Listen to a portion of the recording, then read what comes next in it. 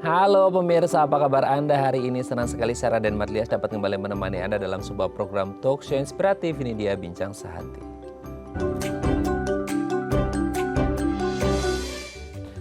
Ya pemirsa, kalau kita ngomongin tentang kesehatan wanita, banyak banget ya. Maksudnya kayak ada beberapa penyakit yang bahkan masuk top 3 gitu ya, yang menjadi penyebab kematian paling banyak di wanita. Salah satunya yang bahkan mungkin yang pertama adalah breast cancer atau kanker payudara. Nah, masalahnya gini, banyak banget kalau Anda mungkin baca-baca googling atau Anda pernah ngobrol sama dokter-dokter atau praktisi kesehatan gitu ya. Sayangnya adalah ketika mereka datang ke dokter atau tahu gitu ya untuk mendiagnosis atau screening deh gitu ya. Sorry to say-nya udah kayak di stadium lanjut. Karena mungkin ya banyak hal ya, mungkin karena ketidaktahuan mereka atau mungkin mereka nggak ngerasain gejala apapun sehingga akhirnya kayak nggak ada apa-apa, aku coba periksa deh gitu ya. Tahu-tahu udah stadium lanjut. Nah padahal sebenarnya kalau diperiksa sedari dini gitu ya kayak bertahun-tahun sebelumnya, ya mungkin aja ya kedeteksi dan bisa diobati bahkan mungkin bisa sembuh. Nah makanya hari ini kita akan mengedukasi nih ya, sama-sama belajar, sama-sama kita saling mengedukasi ke orang-orang yang ada di sekitar kita bagaimana cara mendeteksi dini kanker payudara supaya ya semoga sih nggak ada, tapi kalaupun ada ketahuan dari awal sehingga treatmentnya bisa dilakukan lebih dini, lebih besar angka harapan hidupnya, angka harapan sembuhnya dan lain sebagainya ya. Tapi sebelum bahas tentang tema kita hari ini seputar deteksi dini kanker payudara, kita akan membahas terlebih dahulu mitos atau fakta seputar kanker. Kita lihat yang pertama ya. Keluarga yang katanya nggak ada riwayat kanker berarti kita aman dari kanker. Nah selama ini tuh kita selalu pakai patokan, parameternya adalah ketika ada di keluarga, entah itu kakek, nenek, oma, opa, buyut dan lain sebagainya yang punya riwayat kanker, maka otomatis nih ketar-ketir nih yang keturunan selanjutnya ya. Mereka kepikiran, waduh nanti bakalan ada kanker juga nih karena secara genetik akan nurun nih gitu ya. Karena ini dan lain sebagainya. Pasti banyak pikiran seperti itu. Sehingga mungkin dari keluarga itu sendiri mereka kesadaran untuk mendeteksi dini, screening dan lain sebagainya itu lebih awas kali ya, lebih oke, aku akan screening lebih dini deh, oke aku sering screening deh karena memang ada riwayat dari keluarganya yang udah terlebih dahulu mengalami kanker, any kind of cancer ya, gitu ya. Sehingga orang lebih aware. Nah, masalahnya adalah ketika di keluarganya tidak ada riwayat kanker sama sekali. Jadi ditelisik tuh silsilah keluarganya gitu ya. Oh, ternyata tidak ada kanker. Oke, kayaknya kita aman. Kita nggak perlu screening, kita nggak perlu deteksi dini, kita nggak perlu konsul ke dokter dan lain sebagainya. Nah, pertanyaannya gini.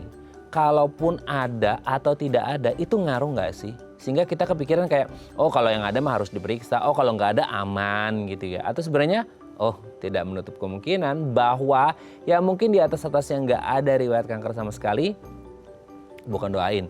Tapi kemungkinan bisa ada di keturunan, entah keturunan keberapa gitu ya, yang juga bisa mengalami kanker. Ini kind of cancer juga seperti itu ya. Nah nanti akan kita bahas, betul seperti itu atau enggak. Oke, kita lanjut yang kedua ya.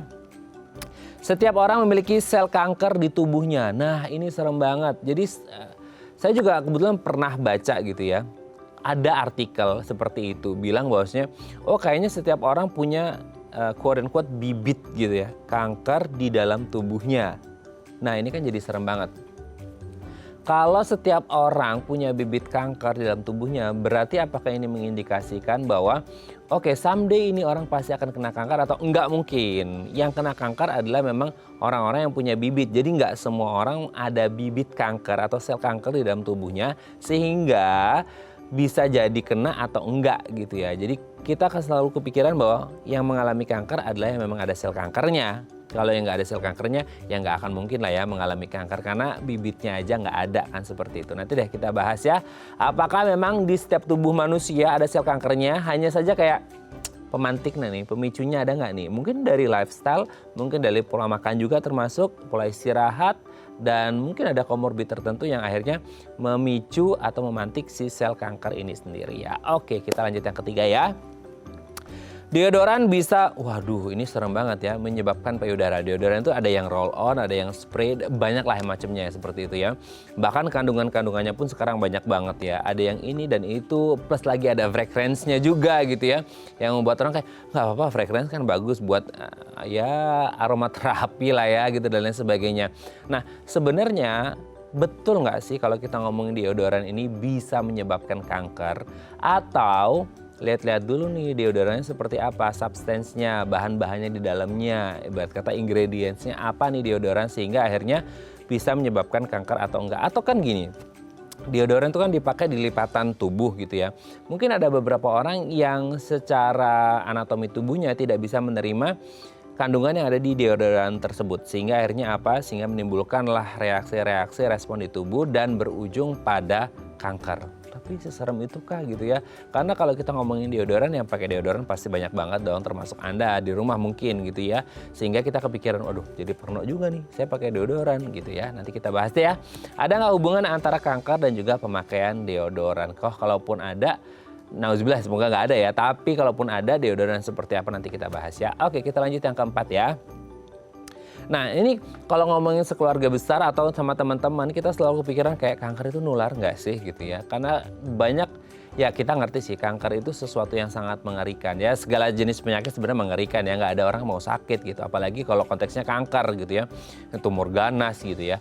Sehingga kayak aduh kayaknya kita harus jaga jarak deh gitu ya. Bukan jaga jarak selama pandemi kemarin ya, jaga jarak kayak takut deh jangan pakai. Ya meskipun tidak disarankan untuk pemakaian barang pribadi secara bersamaan, tapi apakah ketika ada orang di samping kita, di sekitar kita, di dekat kita mengalami kanker, kita juga akan tertular kankernya? Atau kayak, loh kanker kan bukan penyakit infeksius gitu ya, bukan dari virus. Tapi banyak orang yang parno ketika ada orang di dekatnya ini mengalami kanker, jadi kayak menjauh deh, takut ketularan kankernya juga. Nggak gitu juga kali ya. Tapi nanti kita bahas kanker itu nular atau enggak. Oke, kita lihat yang terakhir ya. Pengobatan kanker lebih banyak merusak kesehatan. Nah, ini sebenarnya yang paling banyak maju mundur pasien kanker gitu ya. Jadi kayak disarankan, nggak tahu nih, ini yang sering kita dengar juga, ini edukasi yang salah kaprah atau enggak. Jadi kita kepikiran bahwa orang harus di kemo, itu yang paling populer lah ya di masyarakat kita kalau orang mengalami kanker. Jadi kalau di kemo itu kan untuk membunuh sel kanker, tapi juga membunuh sel-sel yang baik yang harusnya menjaga tubuh kita. Sehingga kadang-kadang kayak, ya udah deh kalau gitu saya nggak lanjut treatment deh dok, karena ini takut malah bikin tubuh saya drop. Karena harusnya bunuh sel kankernya, ternyata sel-sel yang baik dalam tubuh juga mati gara-gara kemo, radiasi, dan lain sebagainya. Nah bener nggak sih kalau akhirnya pengobatan yang dilakukan untuk pasien kanker lebih banyak nggak enaknya daripada enaknya? Wah bahaya juga ya, tapi nanti deh kita bahas ini mitos atau fakta. Oke, itu tadi beberapa mitos atau fakta seputar kanker dan kami akan membahasnya sesaat lagi. Tetap bersama kami di Bincang Sehati.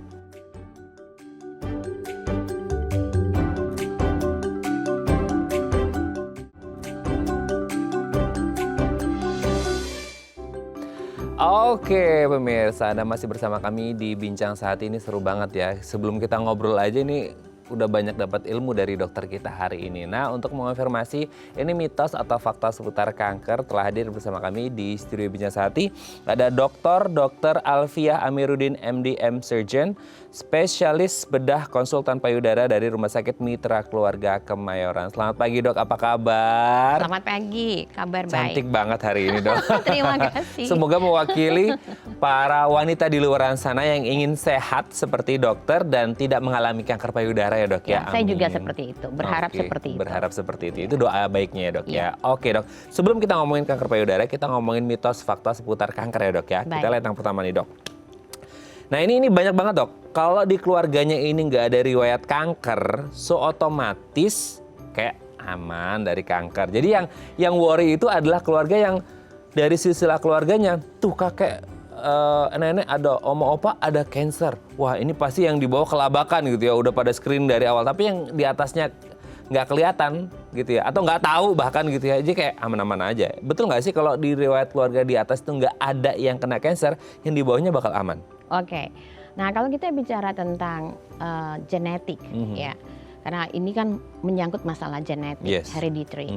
Ya kita lihat bahwa kanker payudara itu dari penyebab utamanya ada dua yang utama. Ada yang berhubungan dengan genetik, ada yang berhubungan dengan sporadik. Nah, khusus untuk yang genetik ini hanya 5-10%. Ya, jadi tidak otomatis kalau ibunya menderita kanker payudara atau tantenya atau neneknya itu pasti turunan selanjutnya 100% kena. Ya, tapi harus juga kita ingat bahwa kalau 5-10%, artinya 90-95% itu karena sporadik. Nah, sporadik inilah yang banyak sekali orang bertanya, apa sih sebenarnya ini penyebabnya? Karena sampai sekarang kita nggak tahu. Ya. Sampai sekarang belum diketahui, belum diketahui. Beda dengan cervix. Cervix itu kan karena sekarang sudah kita lihat penurunan yang cukup signifikan karena adanya vaksinasi. Ya, karena belakangan ini sudah kelihatan bahwa sebenarnya kanker cervix itu banyak berhubungan dengan suatu virus. Jadi dilakukanlah vaksinasi. Terima kasih kepada pemerintah yang saat ini sudah memberikan vaksinasi gratis pada anak-anak sekolah sehingga ini sudah turun pelan-pelan. Angkanya ya? Iya.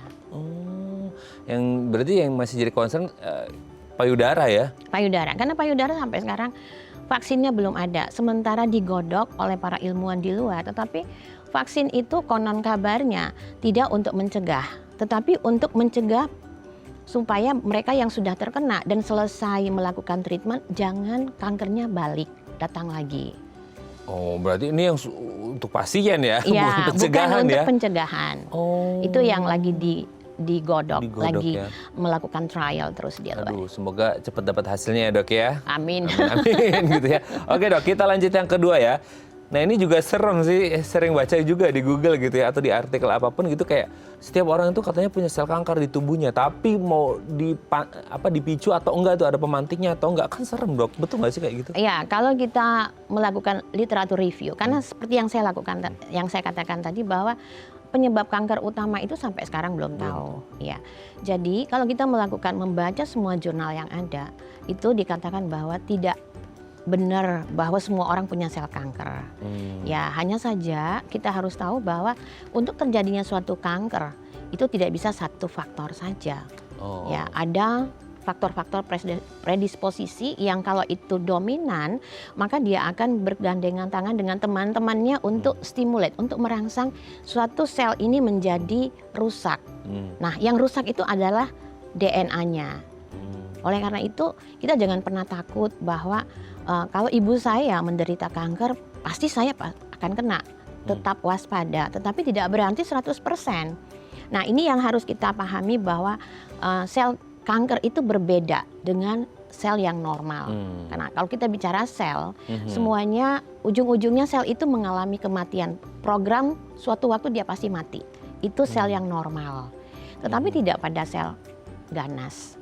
Ya, dia membelah dengan begitu banyak dan kita nggak bisa kontrol.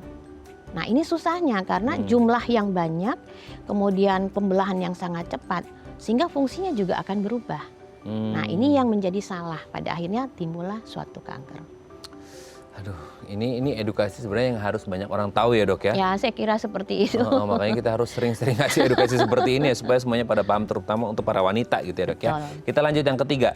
Ini juga serem banget nih, ini banyak orang pakai ini dok, deodoran. Waduh, ini pasti dokter juga sering dengar ya, deodoran katanya bisa menyebabkan kanker payudara. Meni serem pisan kalau bahasa Jermannya dok. Itu benar nggak sih dok atau gimana sih? Iya, secara umum saya kira kita harus pinter-pinter melihat. Sebenarnya bukan deodorannya. Salah satu kandungan deodoran yang saat ini ditengarai dalam bracket ya, paraben ya, itu katanya berhubungan sebagai salah satu pencetus. Tapi berapa persen paraben ini memberikan kontribusi untuk menimbulkan suatu kanker payudara? Nobody knows. Karena kembali dengan tadi ya, karena tidak jelas itu. Tidak bisa ada cuma satu faktor tunggal. Dia harus teman-temannya banyak supaya dia jadi kuat. Seperti sapu. Ya, sapu tuh kalau cuma satu ya nggak bisa nyapu. Ya nggak bisa nyapu. Ya, jadi nggak usah terlalu takut. Dan saya kira deodoran yang masuk ke Indonesia atau produksi lokal itu juga sudah aware tentang ini. Ya, jadi silakan saja menggunakan. Kemudian nanti kalau memang masih bertanya-tanya, sekarang Mr. Google banyak.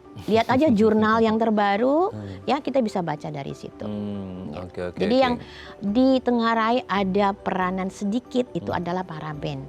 Kandungan yang ada di dalam deodoran itu.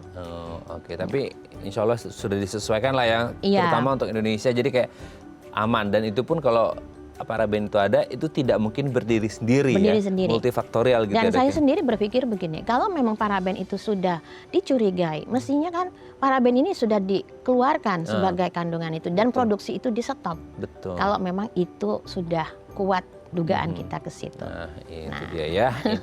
Ini juga bagus ya. Jadi jangan sampai ya kita nggak ngomongin konflik of interest juga ngomongin bisnis ya, enggak ya, tapi ini ngomongin dari sisi kesehatan kita ngomongin Dok ya. Oke, kita lanjut yang keempat. Ini lebih lucu lagi Dok, kanker katanya bisa nular. Ini sering banget tuh, jadi kayak aku nggak mau temenan sama kamu kanker gitu. Yang paling sedih lagi kalau dengan adanya breast cancer terjadi perceraian. Ini yang paling sadis. Iya, betul. Jadi memang pada kesempatan ini saya ingin menyampaikan bahwa kanker payudara itu tidak menular. Yes. Ya, even though walaupun seorang ibu yang lagi menyusui memberikan ASI, kanker payudara ini tidak diturunkan lewat air susu. Jadi silakan aja ibu-ibu hamil yang sudah melahirkan dan punya anak, produksi ASINya banyak, silakan Anda menyusui selama itu tidak ada luka di daerah puting. Dan juga tidak sementara dalam treatment. Ya, jadi misalnya sementara dalam kemo, sementara dalam radiasi, ya tolong jangan memberikan ASI itu pada baby. Tapi selain itu, ASI bukan menjadi media penularan untuk suatu breast cancer. Tapi secara umum tidak hanya breast cancer aja, kalau mungkin dokter bisa sampaikan kanker lain pun nggak nular ya Dok ya, tidak hanya breast cancer ya, atau gimana? Yang saya tahu bahwa seperti kanker lambung juga bukan dengan bersentuhan. Karena nggak infeksius ya Dok ya? Bukan, karena penyebabnya beda-beda. Termasuk paru juga tidak dengan mudahnya itu berpindah ketika kita bersentuhan, kita bermain dengan orang itu, beda dengan HIV, ya, beda dengan hepatitis misalnya, ya. Kalau breast cancer sendiri, khusus untuk breast cancer, itu belum ada bukti dan belum ada jurnal sama sekali yang membahas bahwa breast cancer bisa ditularkan dengan persetubuhan. Enggak. Jadi para suami yang mendengarkan acara ini juga harus paham supaya hal-hal yang terburuk dalam kehidupan ini bisa kita minimalkan. Yang paling sedih kalau sampai ada pasien-pasien yang datang terus mereka bingung, mereka sedih dan saya tanya, "Bapak kemana?" Dan mulai cerita bahwa dengan adanya breast cancer ini mereka divorce. Ya. Jadi ini salah satu juga yang harus kita lihat. Oleh karena itu pengobatan breast cancer sekarang itu harus multidisciplinary team, melibatkan beberapa dokter dalam satu tim yang sesuai dengan kebutuhan pasien. Nah, itu dia ya. Harus susah senang bersama ya. Ya. Kalau bisa sih senang terus ya Dok ya. Sampai akhir. Iya betul, amin. Tapi kan nggak ada yang tahu jalan ke depan seperti apa. Oke Dok, kita lihat yang terakhir. Nah ini juga nih, kalau dia udah masuk sebagai pasien, itu kayak maju mundur Dok. Kayak aduh pengobatan nggak ya, treatment nggak ya, tindakan nggak ya. Nah, katanya pengobatannya lebih malah merusak kesehatan gitu ya. Katanya kalau di kemo nanti rambut rontok lah, kulit hitam lah, sel dalamnya. Banyak Dok, itu pikiran seperti itu. Itu gimana tuh Dok? Iya, betul. Jadi memang kemo ini salah satu momok ya, selain operasi. Dari dulu juga sampai sekarang orang masih takut dengan, kalau dengar kata kemoterapi itu adalah suatu momok yang seperti nightmare ya, mimpi buruk di malam hari. Ya, pertama harus kita sadari dulu bahwa tidak semua breast cancer harus otomatis harga mati itu kemo. Ya, tergantung stadiumnya, tergantung kondisi pasien pada saat pertama kali dia diagnosis. Semakin cepat dia datang, semakin kecil tumornya misalnya, itu sangat mungkin kita hanya melakukan operasi dengan ditambah mungkin radiasi tanpa harus melalui kemo. Jadi kesimpulannya bahwa breast cancer ini tidak otomatis semua harus di kemo. Tidak otomatis semua harus menjadi cacat seumur hidup. Tidak otomatis semua harus diradiasi. Ya, jadi tergantung stadium pada saat pasien datang pertama kali. Dan kemoterapi tidak seperti yang kita bayangkan. Seseram ya, itu. Gitu. Karena obat-obat kemoterapi ini juga bermacam-macam. Kalau kita ada 10 orang pasien yang menjalani kemoterapi, bukan berarti obatnya semua sama. Karena tipe kanker payudara ini juga lebih dari 20. Banyak. Ya, jadi setiap tipe itu, setiap stadium itu, setiap kondisi pasien yang berbeda, tentu obat-obat yang dipakai untuk memberikan kemo itu juga akan bervariasi. Dan dari situ kita bisa narik benang merah. Kalau misalnya obatnya A tambah B tambah C, tentu mungkin efek sampingnya berbeda dengan kalau C tambah K tambah M. Nah, Jauh itu ya, dia. beda ya. Jadi Oke. dosis juga akan menentukan, ya. Jenis obat yang diberikan juga menentukan. Nah, Oke. jadi jangan karena kita melihat tetangga sebelah, oh dia muntah-muntah, nggak bisa makan, diare, pasti saya akan begitu, sehingga ini menjadi ketakutan seorang pasien. Padahal belum tentu. Belum tentu ya. Karena kasus dia, tipe kankernya dia juga berbeda. Beda, meskipun sama-sama breast cancer mungkin Iya. gitu ya. Oke, thank you dok, ini sudah terjawab lintas waktunya.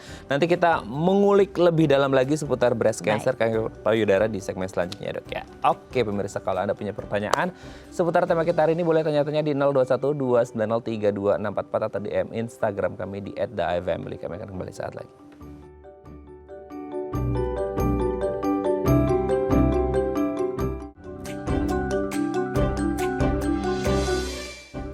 Baik, karena masih bersama kami di Bincang Sehati. Seru banget nih ya ngobrol sama dokter kita hari ini, karena ternyata banyak sekali hal-hal di luar sana yang mungkin kita nggak ngeh gitu ya.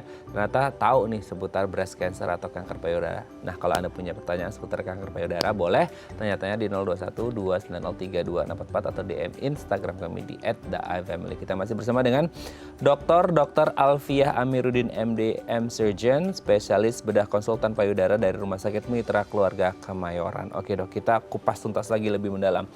Kanker payudara gitu ya. Sebenarnya kalau ngomongin kanker aja gitu ya, udah serem ya dok ya, gitu ya.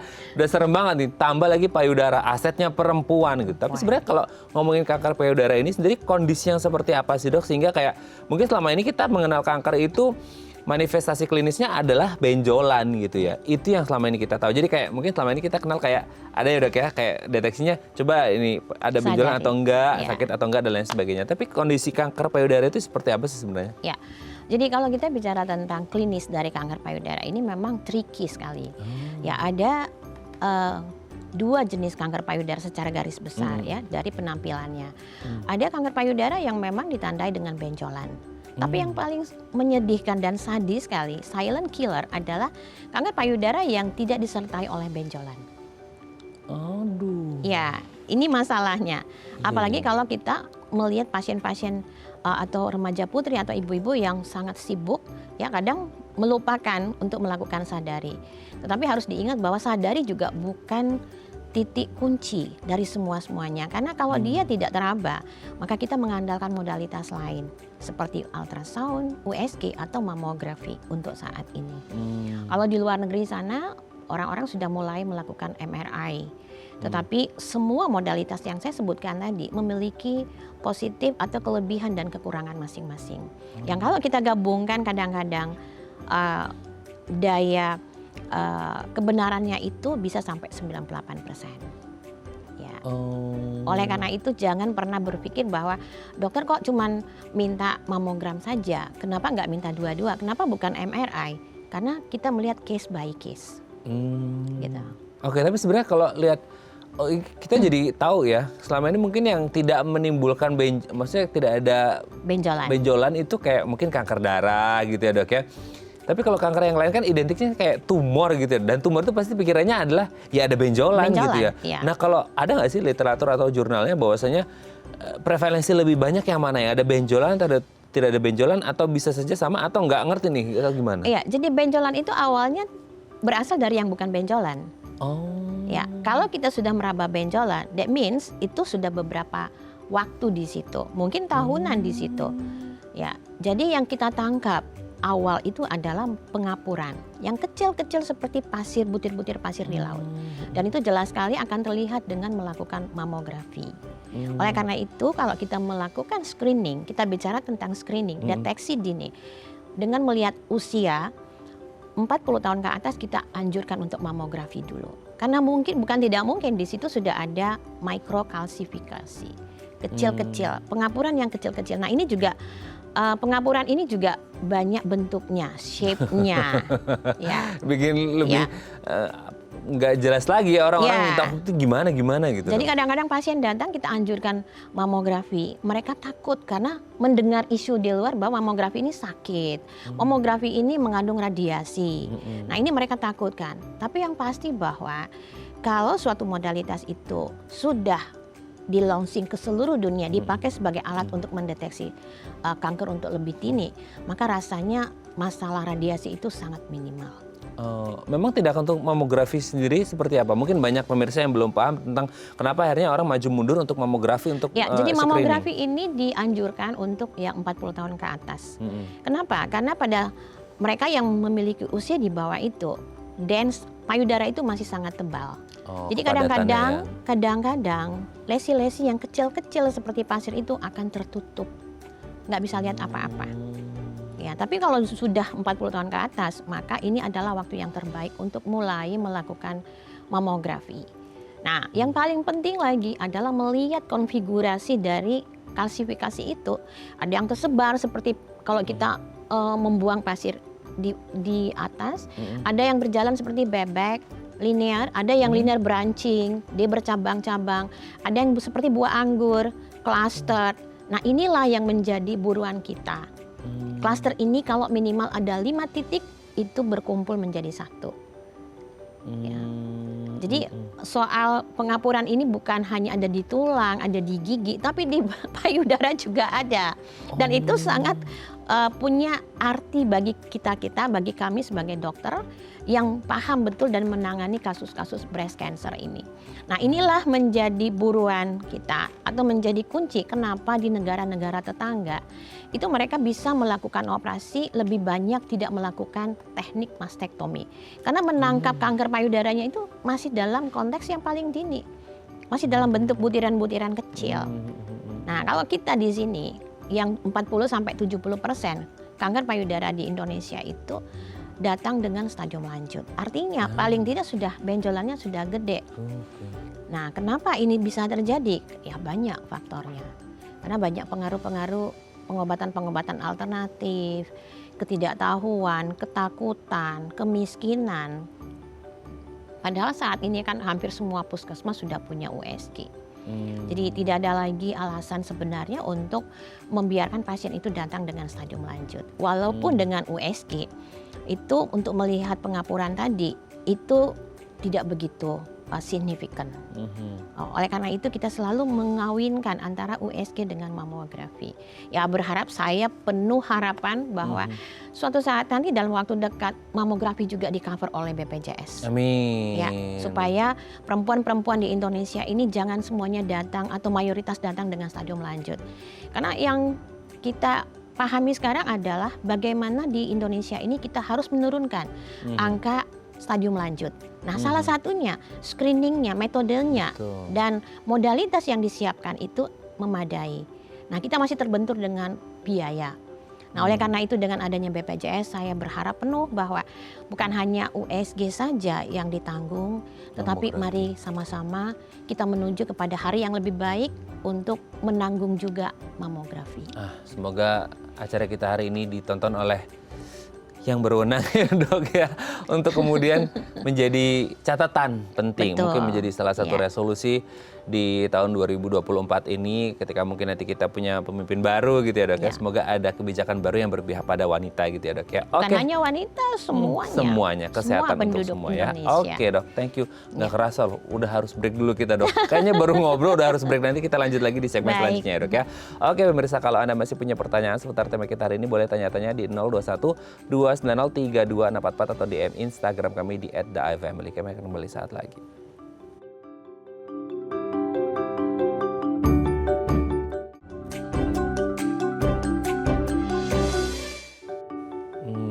Oke, tuh kan pemirsa, dengarkan suaranya dokter barusan kita ngobrol. Karena sedalam itu sebenarnya, kayaknya waktu 1 jam nggak cukup ya ngomongin tentang kanker payudara. Karena ini salah satu concern yang harus jadi perhatian bersama, tidak hanya dari kita sendiri, pihak pemerintah, semua pihak gitu ya. Nah, kalau Anda punya pertanyaan seputar tema kita hari ini boleh tanya-tanya di 021 290 32644 atau DM Instagram kami di @theifamily. Kita masih bersama Dr. Alfiah Amiruddin MD Surgeon, spesialis bedah konsultan payudara dari Rumah Sakit Mitra Keluarga Kemayoran. Dok, memang ya harus 10 jam kayaknya kita ngobrol ya dok ya. Karena banyak yang harus diedukasi gitu banyak kan. sekali. Next time kita ngobrol lagi Banyak lebih sekali. panjang ya. It's not as simple and superficial. Yes, betul banget. Jadi tidak hanya sekadar wacana dan pandangan, tapi bagaimana tindakan ke depan. Supaya ya tadi Dr. Alfi sebutkan mengurangi stadiumnya gitu ya. Karena yang jadi concernnya juga sekarang kan banyak, mungkin pasiennya Dr. Alfi juga datang ke Dr. Alfi terus kayak, dok, aku mau periksa ternyata udah stadium lanjut gitu ya. Tapi yang menarik juga yang mungkin banyak orang belum paham juga tadi tentang mamografi. Dengan usia 40 tahun ke atas, aku mau tanya nih dok, jadi kalau untuk 40 tahun ke atas, itu salah satu indikatornya aja atau mungkin ada indikator yang lain sehingga mereka harus atau bisa mamografi selain faktor 40 ke atas? Atau mungkin gini dok, sebelum 40 tapi dia dicurigai ada kayak kecurigaan bahwa itu menuju ke kanker payudara. Is it okay gitu untuk mamografi under 40 gitu? Ya, sebenarnya begini, kalau kita sudah tahu bahwa kepadatan densitas daripada suatu pasien payudaranya ya, saya bicara dalam payudara, itu belum memadai untuk dilakukan mamografi.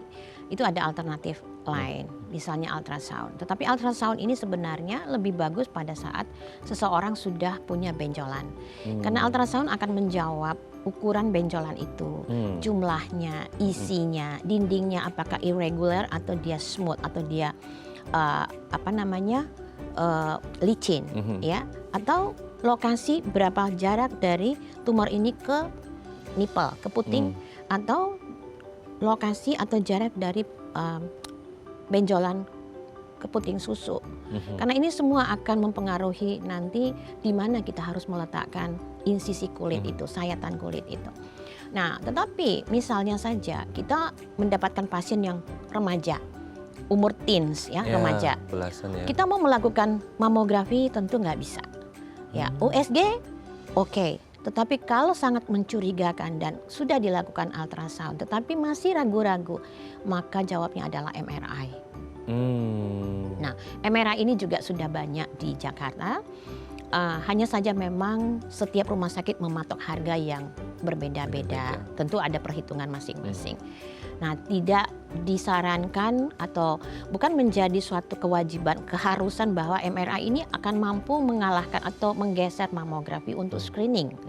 Ya, tapi pada kasus-kasus tertentu misalnya remaja putri yang baru berusia belasan tahun, kalau kita mau melakukan mamografi seperti yang saya sebutkan tadi, kadang-kadang kita nggak bisa lihat apa-apa. Karena masih dense deh, masih padat. Iya, jawabnya adalah MRI. Ya, kemudian kadang-kadang kita sangat curiga ini ada suatu kanker payudara, tetapi kok di mamografi itu nggak kelihatan apa-apa.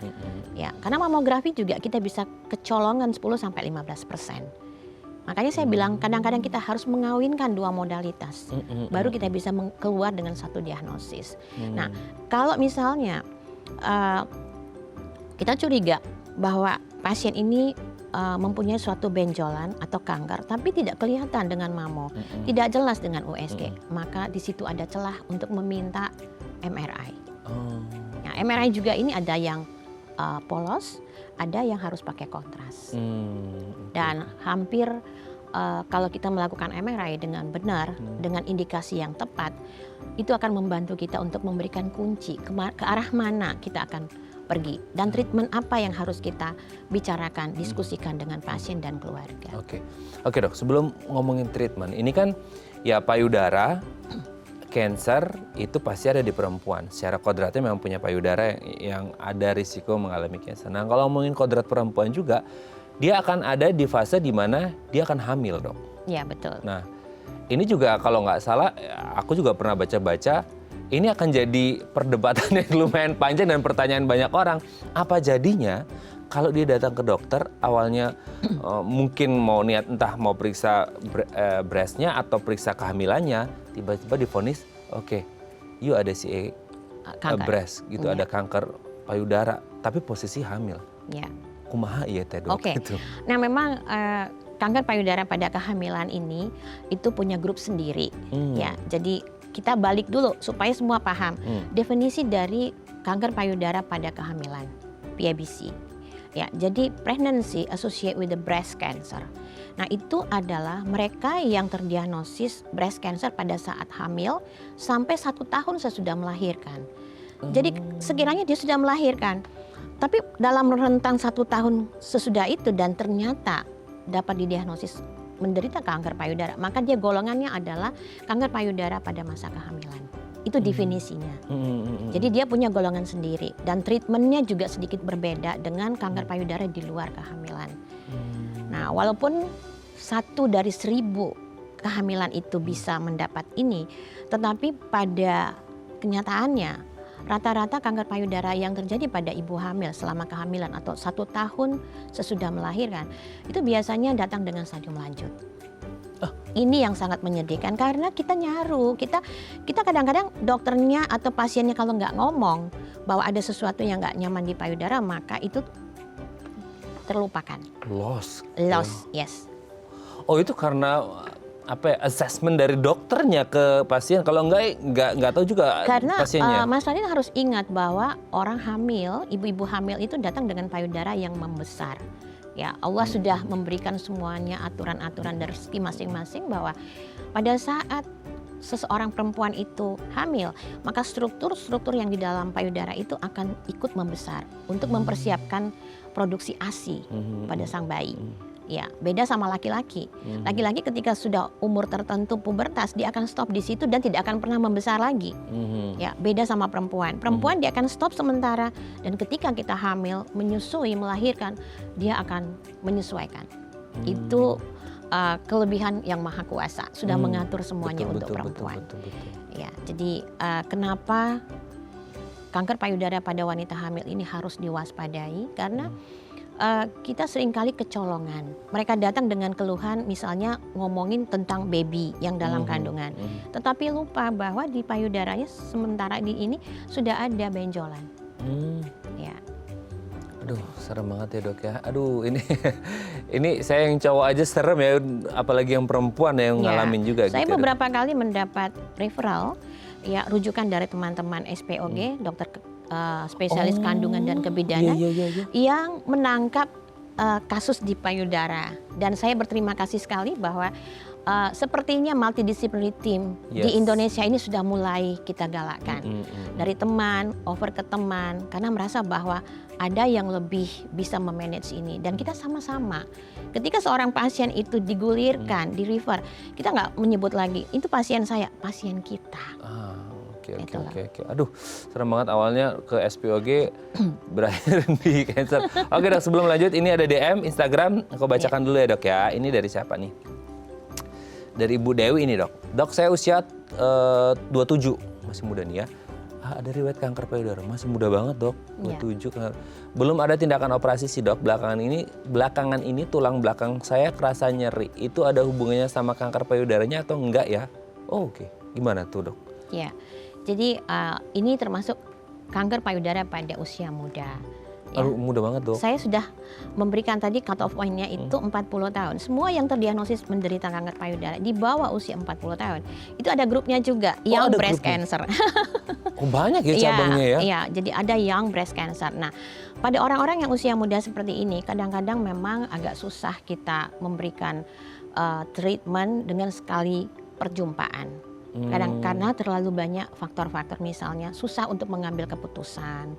Ya, oleh karena itu selalu kami minta ketika seorang perempuan yang masih muda, apalagi single, datang tolong bawa orang yang bisa diajak sharing.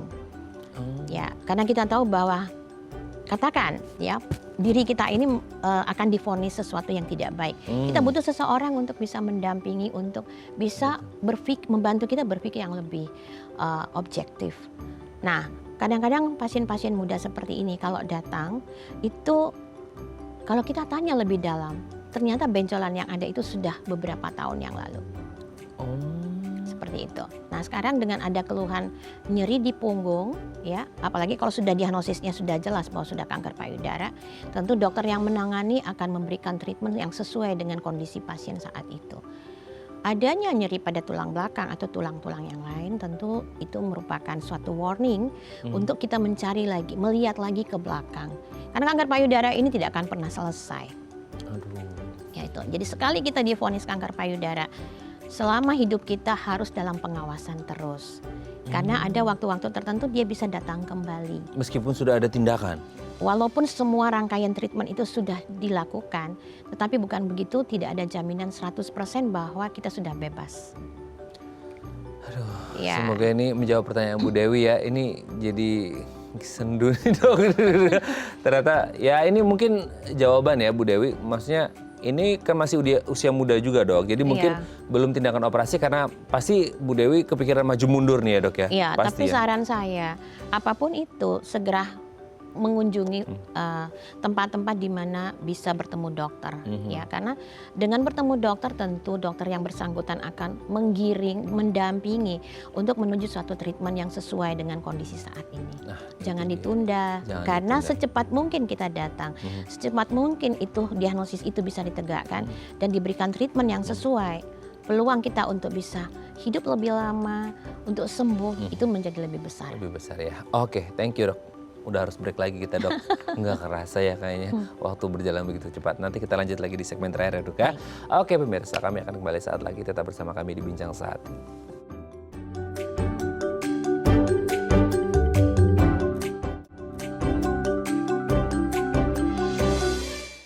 Baik, Anda masih bersama kami di Bincang Sehati. Kita masih membahas tema kita hari ini, deteksi dini kanker payudara. Masih bersama dengan Dr. Alfiah Amiruddin MD, Master of Surgery, spesialis bedah konsultan payudara dari Rumah Sakit Mitra Keluarga Kemayoran. Dok, masih banyak sebenarnya kita bahas. Next time harus ngobrol lagi, datang lagi ya dok ya. Kita ngomongin. Ini memang kecil, sederhana, tetapi ilmunya untuk kita kupas tuh banyak sekali. Oke, dok sekarang kalau ngomongin udah nih tindakan gitu ya, terus kemudian belum tindakan, maksudnya pemeriksaan, screening dan lain sebagainya gitu. Adakah mungkin ada hal yang lain seputar kanker payudara ini yang belum banyak orang ketahui, entah dari pemeriksaannya kah atau tindakannya, apa yang harus dilakukan? Mungkin selama ini kita kepikirannya, oh kalau ada kanker payudara udah pasti diangkat, hilang payudaranya. Itu yang mungkin ketakutan banyak perempuan. Ya, itu memang menjadi salah satu momok pada perempuan kita ya. Bukan hanya di Indonesia, di seluruh dunia pun begitu. Tetapi ilmu tentang kanker payudara ini berkembang sangat pesat dan advance ya, kalau saya boleh bilang, termasuk teknik operasi. Dulu semua orang yang kanker payudara itu harus rela pulang dengan dada rata. Sekarang nggak seperti itu lagi, tergantung dari beberapa faktor. Misalnya ukuran, kalau dia kurang dari 2 cm, sangat mungkin kita bisa mempreserve payudara itu, melakukan operasi tanpa merubah bentuk dan ukuran. Kalaupun harus kita angkat payudara, terpaksa harus diangkat. Teknik-teknik yang lain juga banyak. Kita bisa membuat payudara yang baru dengan mengambil dari perut ya, atau dari belakang untuk kita bawa ke depan dan kita masukkan breast implant. Yang terbaru lagi sekarang, kita sudah bisa melakukan mastektomi, mengangkat payudara itu, membersihkan kelenjar getah bening ketiak tanpa harus membuat sayatan yang panjang. Jadi sekarang sudah ada minimal invasive, ya, sudah ada laparoskopik. Ya, jadi bukan hanya di bagian lain, tapi di breast juga itu begitu advance, sudah mulai. Ya, di center kami juga kita sudah start untuk itu karena kelihatannya ke depannya ya. Pasien-pasien itu lebih suka kalau lukanya tidak besar, sayatan kita tidak panjang. Bahkan kalau kita mengambil bagian dari belakang untuk kita buat pindahkan ke depan, itu juga sudah tidak ada luka di belakang. Oke, tapi sebenarnya ada nggak sih dok kondisi di mana kayak ini bisa tetap dance gitu ya, meski mungkin nggak harus implan gitu, atau sebenarnya ya harus lihat-lihat kondisi juga gitu? Semua kasus boleh kita lakukan seperti itu. Jadi teknik-teknik yang terakhir ini ada namanya onkoplastik surgery. Seperti Angelina Jolie. Oh iya ya. itu dok. Angelina Jolie itu melakukan mastektomi, tetapi skin and nipple sparing mastektomi teknik. Jadi kulit dan nipplenya, putingnya itu tetap kita pertahankan. Yang kita buang hanya struktur payudaranya. Kemudian kita tukar, kita masukkan implan. Dan implan ini bukan implan yang disuntik, yang beberapa tempat di luar sana bisa kita dapatkan dengan mudah. Karena itu tidak legal. Ya, ini implan memang yang dimasukkan oleh ahlinya. Nah, dengan seperti itu, kalau kita lihat sekarang Angelina Jolie seperti tidak pernah melakukan operasi. Ya, karena teknik yang dilakukan pada beliau adalah skin and nipple sparing mastectomy. Jadi pengangkatan payudara tanpa membuang kulit dengan puting payudara. Oke. Jadi kalau bisa dibilang ini case by case gitu ya, Dok ya, untuk menentukannya seperti apa. Sangat gitu. Individual. Ya, kita lihat case by case. Kadang-kadang tumornya kecil, ya, tetapi hasil patologi anatomi yang setelah kita keluarkan tumor itu, kita berikan ke dokter patologi anatomi untuk memeriksa itu, ini akan memberikan kesan atau kesimpulan bahwa ini kankernya sangat mudah untuk kambuh. Sebaiknya kita tidak menganjurkan untuk rekonstruksi dalam waktu yang cepat. Habiskan treatment dulu 2 tahun, kita melihat kalau selama 2 tahun ke depan itu semuanya aman dan pasien tetap mau untuk rekonstruksi, you go ahead. Jadi memang case by case. Ya, jadi seleksi pasien itu untuk masuk ke dalam treatment yang mana, teknik operasi yang mana itu sangat penting. Dan itu hanya bisa kita dapatkan kalau ada interaksi, keterbukaan antara dokter dengan pasien, termasuk dengan pasangan dan keluarga yang lain. Oke, dan support system itu penting ya, Dok ya? Penting sekali. Family support is number one. Tapi selama ini mungkin banyak hal yang menjadi penyemangat gitu ya untuk kemudian bagaimana para pasien ini tetap semangat menghadapi kenyataannya bahwasanya mereka menghadapi kanker payudara ini. Nah, terakhir Dok, mungkin ada yang ingin disampaikan. Kita punya waktu 30 detik. Ya. Ada yang disampaikan untuk para pasien? Ya, para pasien di rumah yang sudah terlanjur menderita kanker payudara, menghadapi treatment yang menakutkan. Sekarang banyak sekali komunitas cancer. Ada yang khusus, komunitas itu khusus breast cancer, ada yang khusus untuk kanker lain. Dan komunitas ini sangat membantu para dokter ya untuk memberikan support, semangat, mendampingi pasien pada saat kemoterapi dan operasi. Ini yang sangat luar biasa. Dan kepada para komunitas kanker yang ada di luar sana, saya mengucapkan terima kasih yang sebesar-besarnya dan rasa bangga saya bahwa mereka itu merasa bahwa kami sepenanggungan. Dan rasa tolong menolong itu besar sekali. Jadi kepada beberapa komunitas yang sudah ada di luar sana, termasuk dengan BPJS yang juga mensupport dari segi finansial, itu juga saya ucapkan terima kasih. Dengan harapan bahwa kedepannya akan lebih banyak dan baik. Oke, terima kasih Dr. Alfi. Semoga ini mengedukasi kita bersama. Saya terus Dok, selamat untuk keluarga dan teman-teman di Rumah Sakit Mitra Keluarga Kemayoran. Selamat pagi Dok. Oke pemirsa, itu tadi perbincangan kita dengan Dr. Alfi. Semoga bermanfaat ya. Saya Raden Madlia Samit, sampai jumpa.